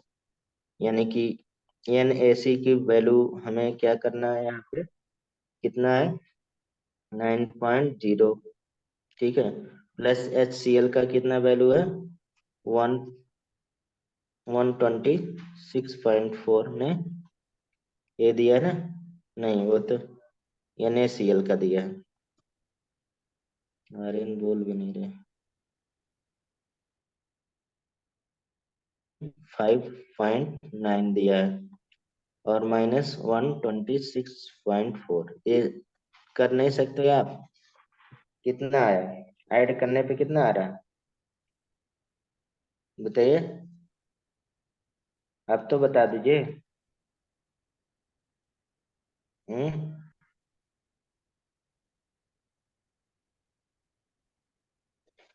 अरे 5 16.5 आ रहा है ना, माइनस 126.4, तो कितना हो गया आंसर बताइए। 390.5, थ्री नाइन जीरो हाँ पॉइंट तो फाइव वही तो आएगा, कितना, three nine three nine zero zero point point five five आ जाएगा आंसर, जो भी रहेगा यूनिट में लगभग। ठीक है, ऐसे यहाँ पे कर लेना। आगे चलें। हाँ ठीक है सर। अब यही कॉलर्स ला है। ठीक, अभी और क्वेश्चन लगवाते हैं, अभी इसका एप्लीकेशन लिखते हैं। लगा लेंगे ना आप लोग। हाँ हो यस। गया सर। इसमें फार्मूला नहीं सोचना है, ठीक है। फार्मूले उकरेंगे उसमें टाइम लगेगा, थोड़ा बहुत गलत हो गया तो आपका काम खत्म, ऐसे गलत नहीं होगा।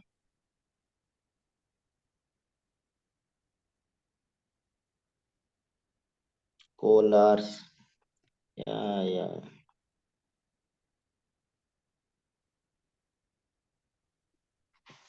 ला एप्लीकेशन इसका कर लेते हैं। यहाँ पे देखिए एप्लीकेशन क्या है। एक तो हम ये कर सकते हैं कि कैलकुलेट कर सकते हैं कंडक्टेंस ऑफ वीक इलेक्ट्रोलाइट, नहीं तो कैलकुलेट ऐसे लिस्ट करेंगे बस। आप calculate conductance of weak electrolyte.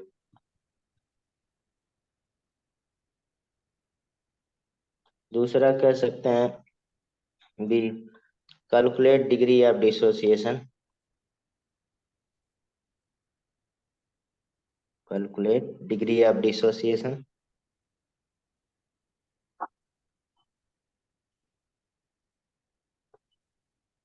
Degree of dissociation क्या होता है, अल्फा होता है, नहीं। अब ये अल्फा देखिए यहाँ पे क्या होता है, यानी कि या तो हम लोग यहाँ क्या लिख सकते हैं, इक्विवेलेंट, यानी कि टोटल, यानी कि क्या कर सकते हैं, इनफाइनाइट कर सकते हैं, या आपकी मर्जी है तो ये लिख सकते हैं, ये इक्विवेलेंट अपॉन ई पे नॉट। ठीक है, यानी कि इसको लैंग्वेज में कैसे लिख सकते हैं, equivalent conductance at given concentration या equivalent conductance at infinite dilution. हम लोग ऐसे करते थे ना, आयनाइज मोल अपन टोटल मोल करते थे ना, वही तो हो गया यहाँ पे ना, equivalent conductance at given concentration और equivalent conductance at infinite concentration.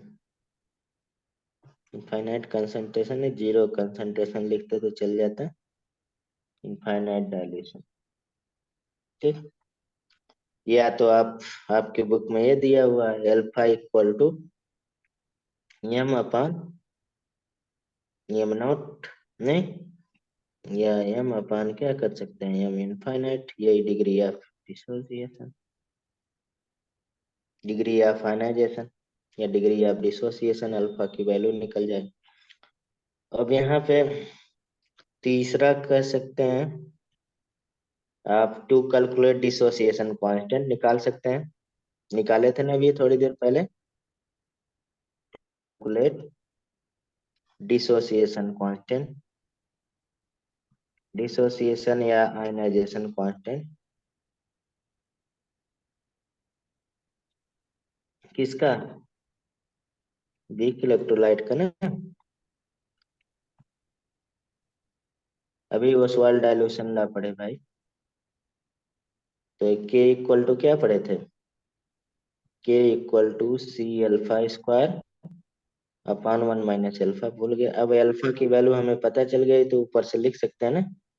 मैंने म्यूट कर रखा हूँ ना सर थोड़ा सा।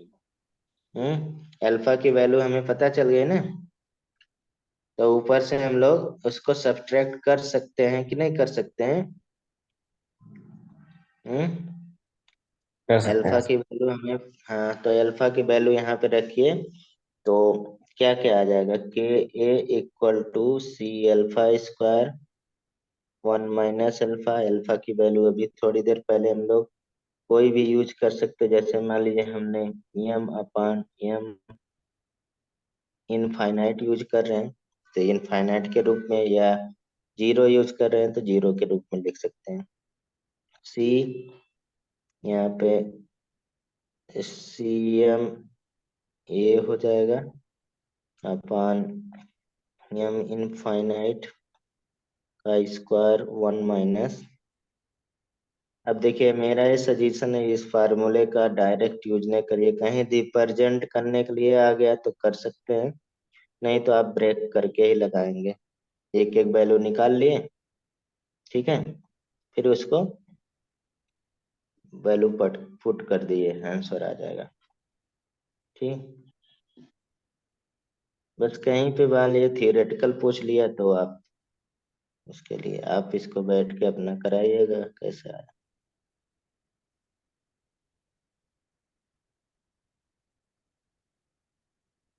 ठीक, ये हो गया, इतना बुक में भी दिया है आपके।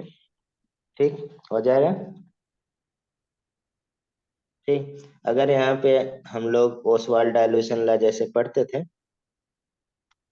इफ अल्फा की value less than equal to 5%, बहुत लेस होता है तो क्या करते हैं, एक लिमिट बना दिए, तो K A equal to C alpha square लिख सकते हैं कि नहीं। तो हम लोग वहां पे ये वैल्यू 1 - अल्फा क्या मानते हैं, 1 मानते हैं बस।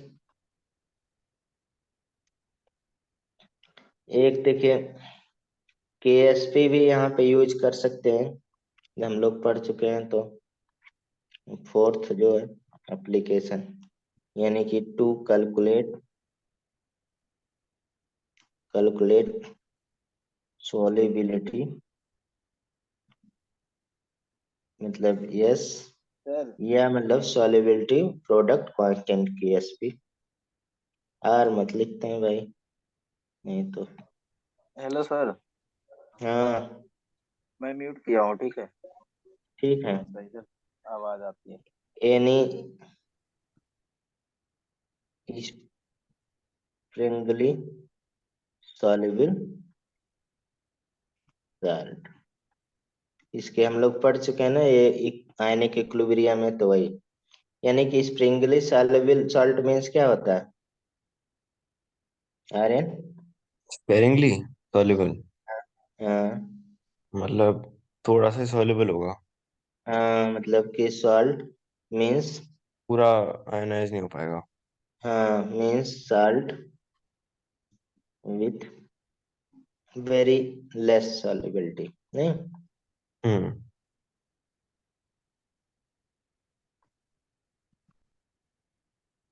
ठीक, तो ये हो गया।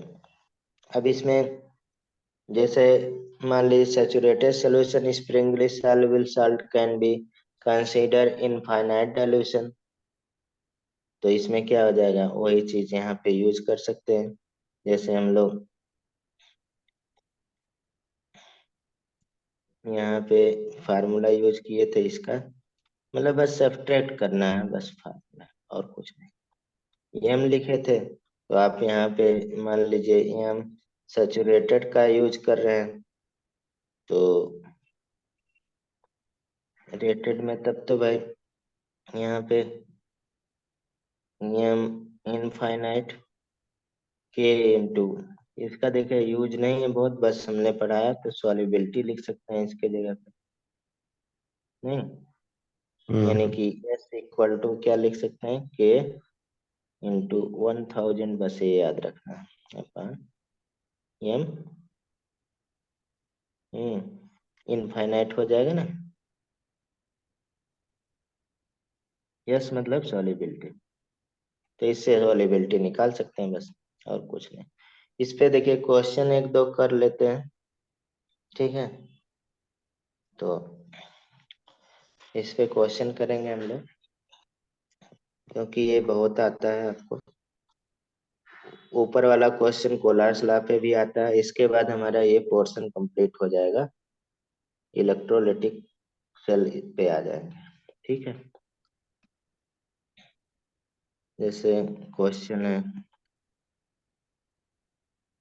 Equal volume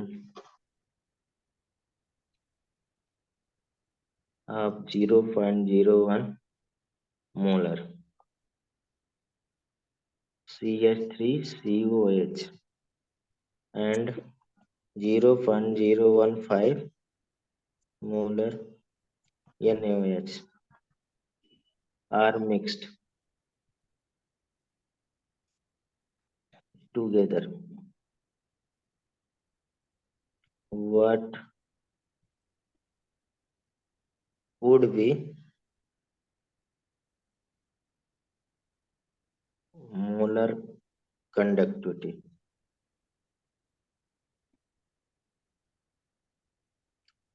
of mixture if conductivity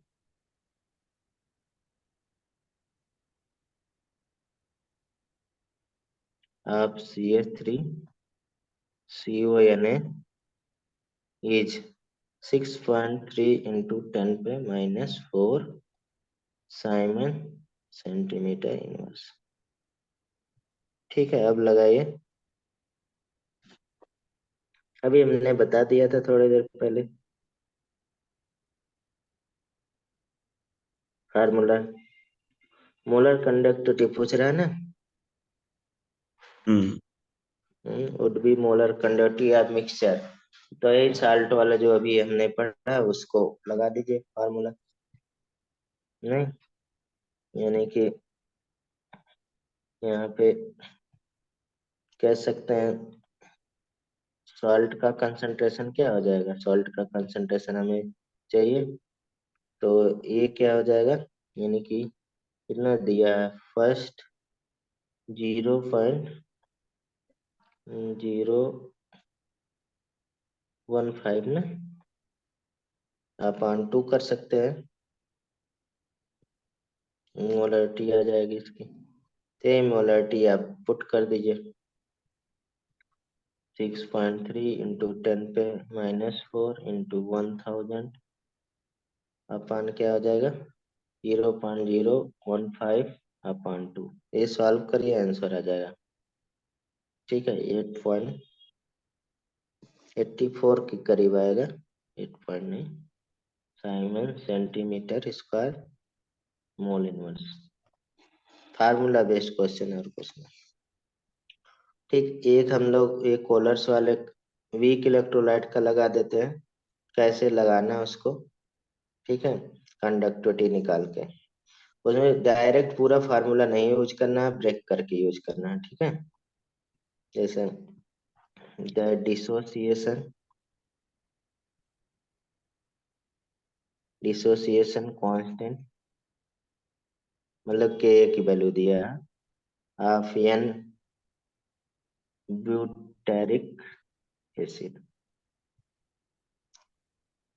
is 1.6 into 10 पे -5 दे, and the molar conductivity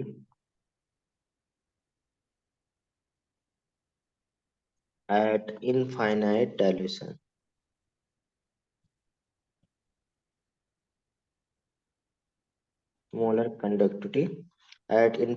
dilution is 380 into 10 पे 4। ठीक है, साइमन और मीटर स्क्वायर मोल पे -1। ठीक है, द स्पेसिफिक कंडक्टिविटी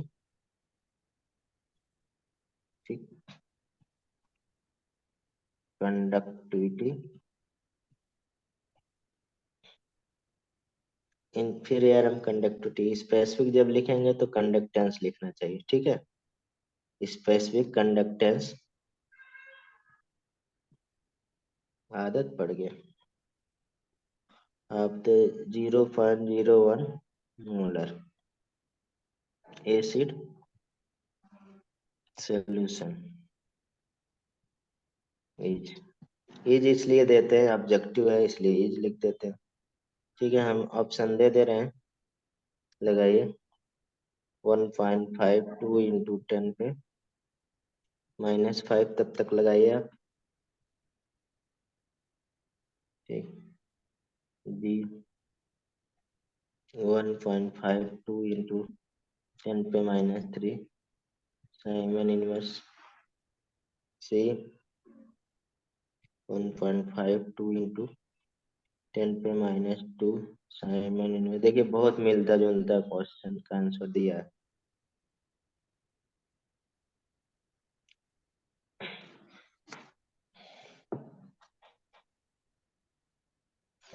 अब देखिए dissociation constant of N butyric acid दिया है, के की वैल्यू दिया है। पहले ये आप यहाँ पे निकाल लीजिए क्या क्या दिया है।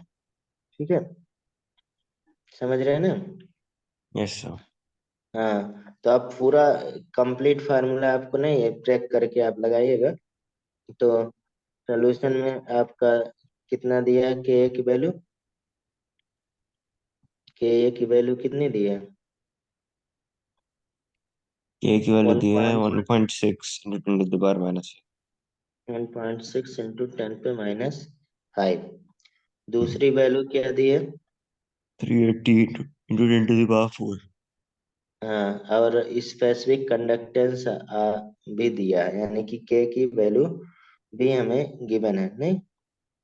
के की वैल्यू निकालनी है।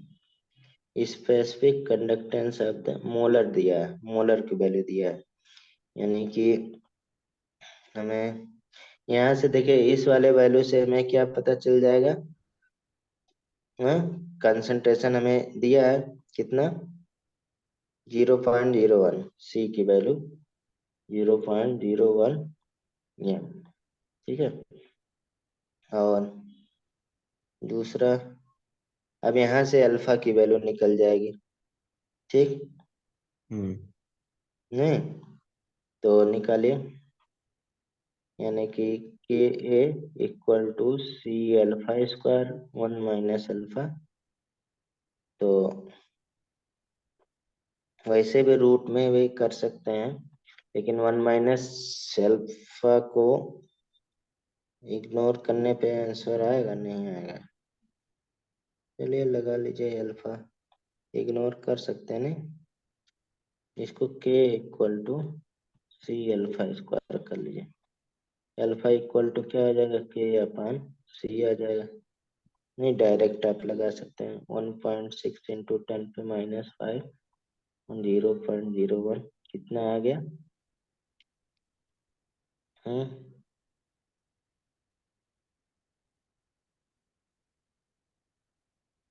बताइए।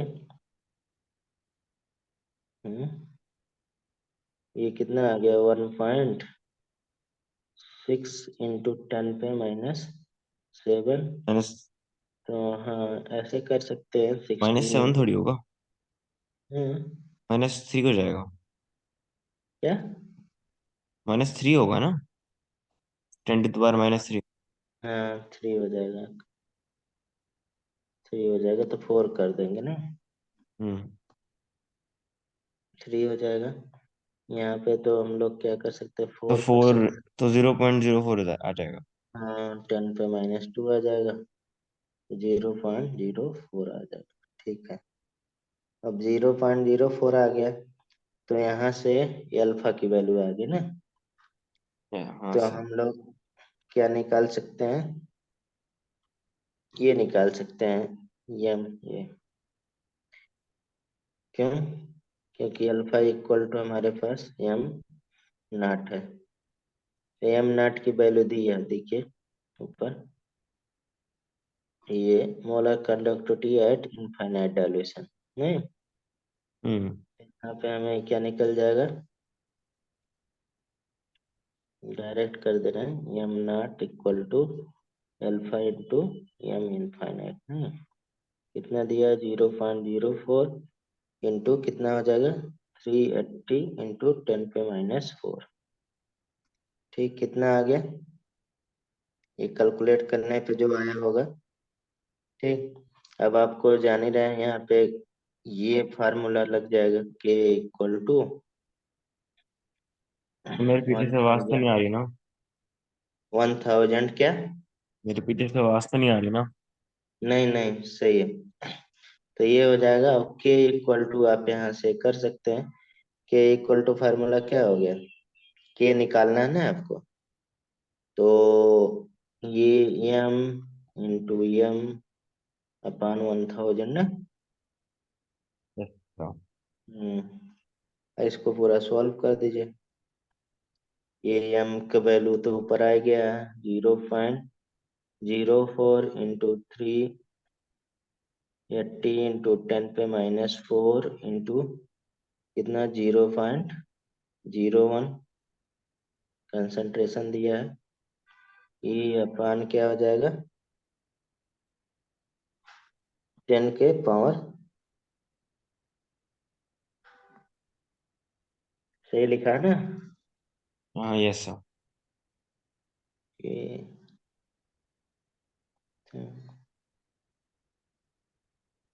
ये सॉल्व कर दीजिए, आंसर आ जाएगा भाई। ठीक है, तो इस ठीक। टाइप का एक क्वेश्चन हो गया।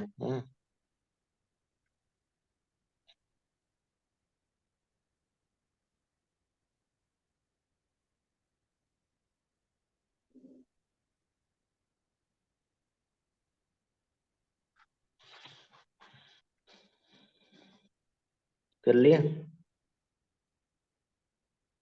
1 सेकंड सर।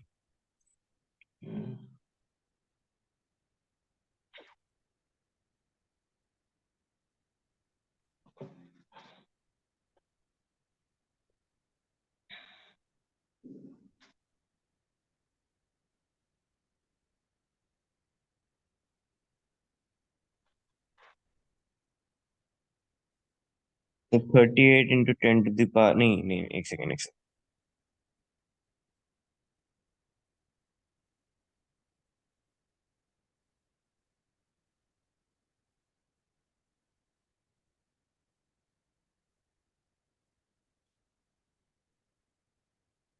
तो 1.52 इंटू 10 टू द पावर -8। सही। ठीक। ठीक है सर। हाँ, इसमें ये लगा दीजिए, एक क्वेश्चन और लगा लीजिए भाई। अब इसमें दूसरा टॉपिक हम लोग अब इलेक्ट्रोलाइटिक सेल शुरू करेंगे, इलेक्ट्रोलिसिस। ठीक है, अब ज्यादा टाइम तो है ना, एक टॉपिक बच गया है। आधा से ज्यादा थोड़ा हुआ, इस इधर ज्यादा कैलकुलेशन है ना। तो एक क्वेश्चन और मैं लिख दे रहा हूँ, आप कर लीजिएगा। ठीक है, अभी हमें पीडीएफ दे देंगे। ठीक है, अब लोग क्वेश्चन जो बीच बीच में छोड़े हैं उसको कर लीजिएगा। कल क्लास करेंगे आर्यन? बता दीजिए भाई, मैं वेट करता हूँ। कर लूंगा सर। क्या पढ़ाओगे आप? यही कंप्लीट कर लें। ठीक है। कम से ठीक है, कम ले एक लूंगा। चैप्टर तो टेस्ट देने जाइए तो कंप्लीट रहे।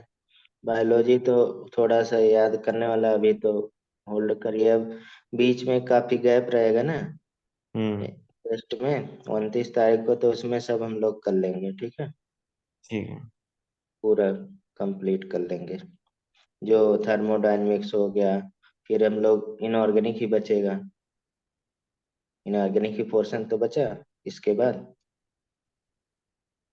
हाँ हाँ हाँ।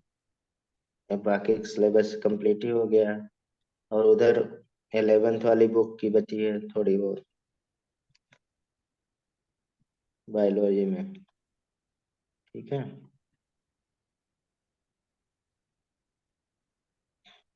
तो इसको कल कर लेंगे कल।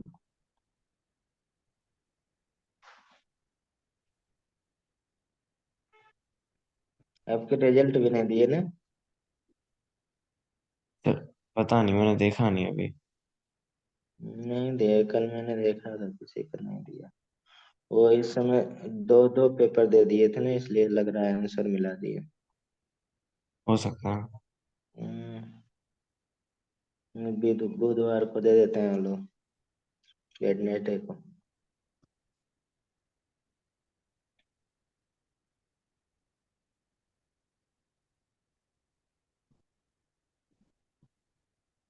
ये एनसीईआरटी का लेमडा यहाँ पे नॉट लिख दिया है, ठीक है। तो नॉट लिखे या इनफाइनिट लिखे, बात एक ही है, ठीक। तो अलग अलग लिख के देते हैं, जो मर्जी होता है।